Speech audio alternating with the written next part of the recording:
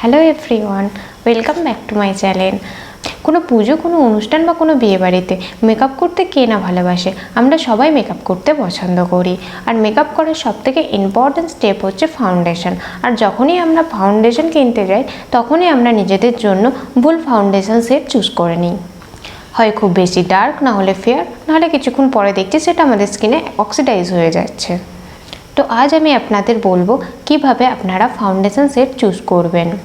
তো সবথেকে important step হচ্ছে ফাউন্ডেশন কখনোই আমরা নিজেদেরকে ফেয়ার দেখানোর জন্য ইউজ করি না। আমাদের স্কিন টোন যাই হোক না কেন, ডার্ক, ফেয়ার অথবা মিডিয়াম, আমাদের স্কিনের কিছু জায়গা ফেয়ার, কিছু জায়গা ডার্ক, এটা হয়েই থাকে। এটা সবার ক্ষেত্রেই হয়। আর আমরা যখন ফাউন্ডেশন অ্যাপ্লাই করি তখন আমরা চাই আমাদের স্কিনের মধ্যে একটি খুব সুন্দর বেস বানাতে, যাতে আমাদের পুরো ফেস ইভেন লাগে। কিন্তু এর মানে এটাও নয় যে আমরা নিজেদের ফেসে একটি লাইট কালার ফাউন্ডেশন অ্যাপ্লাই করে নিই। এই জন্য আমাদের নিজেদের স্কিন অনুযায়ী ফাউন্ডেশন বাছা খুবই ইম্পর্ট্যান্ট। তো প্রথমেই আমি আপনাদের বলে দিই ফাউন্ডেশন কত ধরনের হয়। তো ফাউন্ডেশন প্রধানত 4 টাইপের হয়। ফার্স্ট হচ্ছে লিকুইড ফাউন্ডেশন, এই যে এইরকম। তো লিকুইড ফাউন্ডেশন খুবই ফেমাস এবং সব টাইপের স্কিনের সাথে লিকুইড ফাউন্ডেশন খুব ভালো যায়। আপনার স্কিন ড্রাই হোক, অয়েলি হোক বা নর্মাল হোক, বেশিরভাগ মানুষ লিকুইড ফাউন্ডেশন লাগাতেই বেশি পছন্দ করে। সেকেন্ড হচ্ছে ক্রিম ফাউন্ডেশন, এই যে এরকম।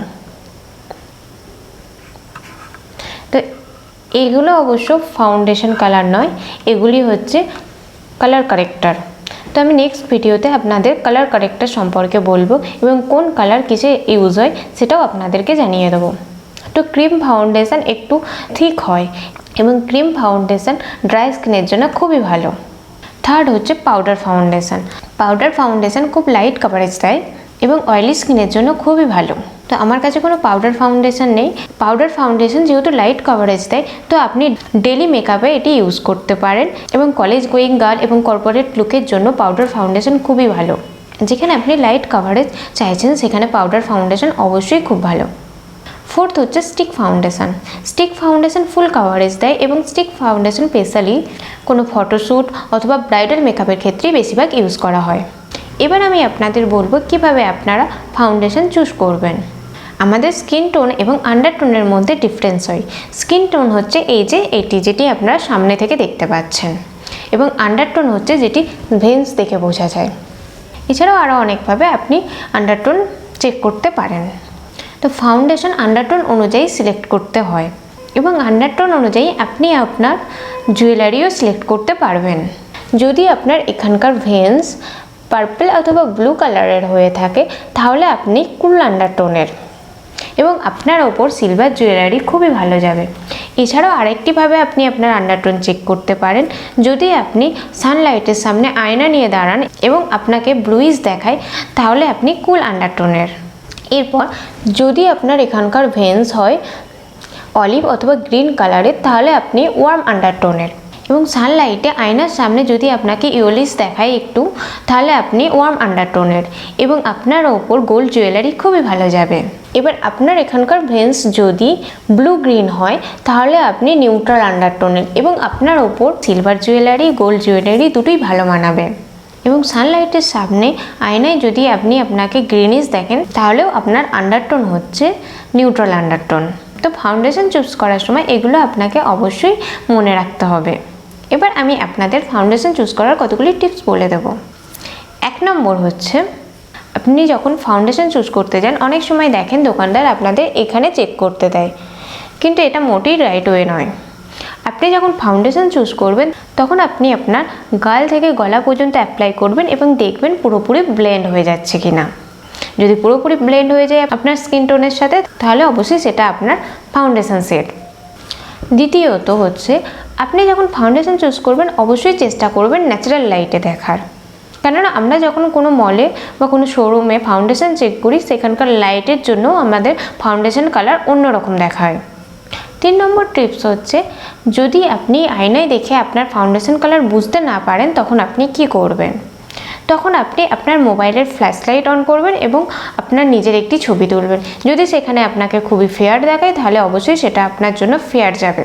টিপস নাম্বার 4, যদি আপনি ভুল করে আপনার জন্য কোনো লাইট কালার ফাউন্ডেশন চুজ করে নেন তখন কি করবেন। তো তখন আপনি একটা কাজ করতে পারেন, তখন একটি ডার্ক কালার ফাউন্ডেশন তার সাথে মিক্স করে আপনি আপনার পারফেক্ট স্কিন কালার আনতে পারেন। টিপস নাম্বার 5, আপনি আপনার স্কিনের জন্য এক set light colour foundation choose করতেই পারেন, কারণ অনেক সময় দেখা যায় ফাউন্ডেশন অক্সিডাইজ হয়ে যাচ্ছে। অক্সিডাইজ মানে হচ্ছে আপনি ফাউন্ডেশন অ্যাপ্লাই করার কিছুক্ষণ পর দেখছেন আপনার স্কিনে সেটি কালো হয়ে যাচ্ছে। তো আপনি আপনার পছন্দ অনুযায়ী আপনার স্কিনের জন্য এক set lighter foundation colour choose করতেই পারেন। শুধুমাত্র এক সেট লাইটার কালারই আপনি চুজ করতে পারেন, তার থেকে বেশি লাইটার কালার আপনি চুজ করতে পারবেন না, তাহলে সেটি আপনার স্কিনে গ্রে দেখাবে। টিপস নম্বর 6, যদি আপনি ফাউন্ডেশন অ্যাপ্লাই করার পর দেখেন যে আপনার স্কিনে বেশি ফেয়ার হয়ে গেছে এবং আপনাকে গ্রে দেখাচ্ছে, তখন আপনি কি করবেন? তখন সেটাকে আপনি কন্ট্রোল করতে পারেন কম্প্যাক্ট পাউডারের মাধ্যমে।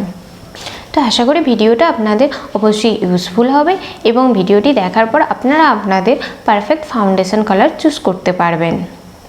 আর যদি কোনো ডাউট হয়ে থাকে ফাউন্ডেশন চুজ করতে, তাহলে অবশ্যই আমাকে কমেন্ট করবেন, আমি অবশ্যই চেষ্টা করব আপনাদের সাহায্য করার। তো বন্ধুরা, অবশ্যই ভিডিওটা দেখে আপনারা আপনাদের আন্ডারটোন সম্পর্কে জানতে পেরেছেন। আমাকে অবশ্যই কমেন্ট করে জানাবেন আপনাদের আন্ডারটোন কী। তো আমার আন্ডারটোন হচ্ছে ওয়ার্ম আন্ডারটোন।